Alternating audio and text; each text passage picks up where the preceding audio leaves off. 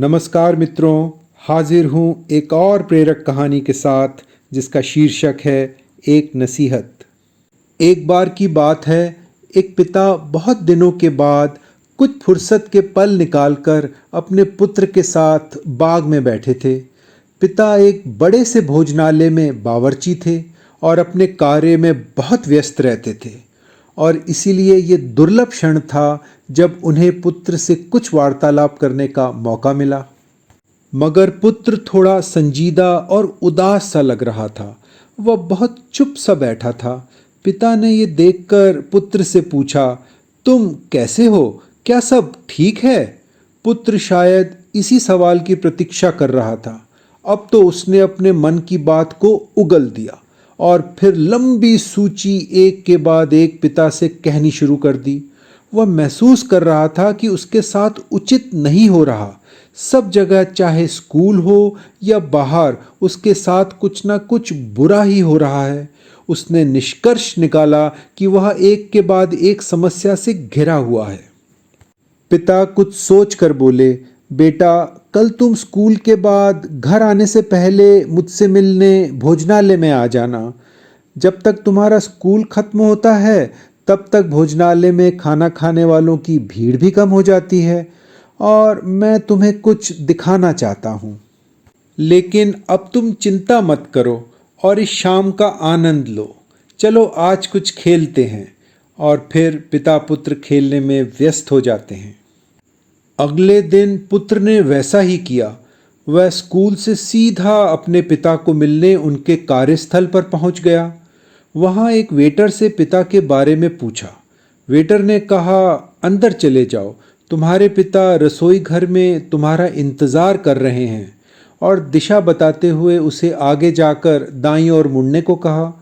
पुत्र ने रसोई घर पहुंचकर पिता को गैस के चूल्हे के सामने व्यस्त पाया, जिस पर 3 बर्तन रखे हुए थे।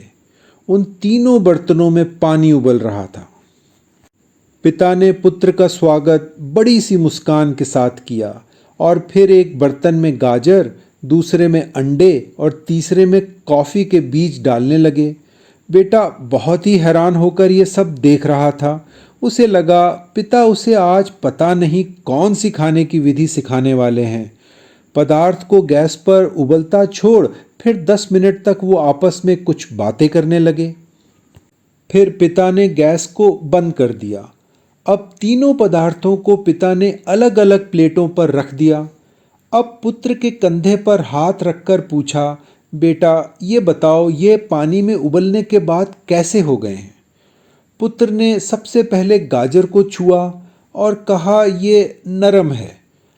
अब उसे अंडे तो बाहर से वैसे ही लगे, मगर जब उसने छिलकों को तोड़कर देखा तो अंदर से अंडे सख्त हो गए थे।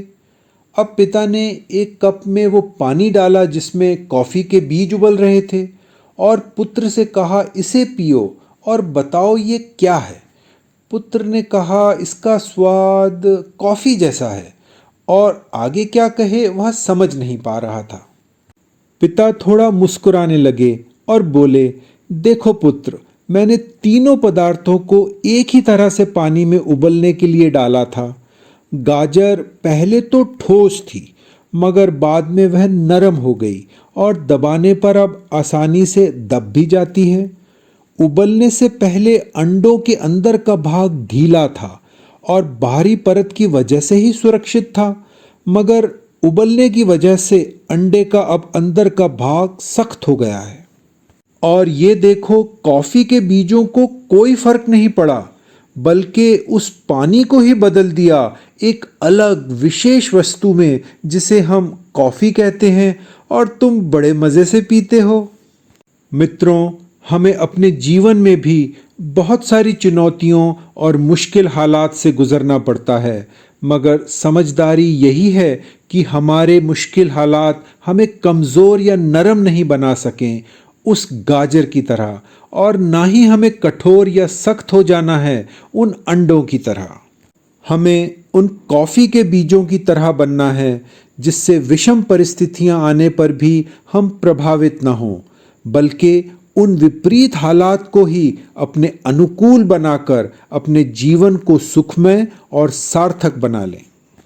मित्रों, ये पिता पुत्र की कहानी ज़रूर याद रखना। हो सकता है ये आपको अगली चुनौती के लिए बेहतर तैयार कर सके और आगे सुखमय जीवन व्यतीत करने में मदद कर सके।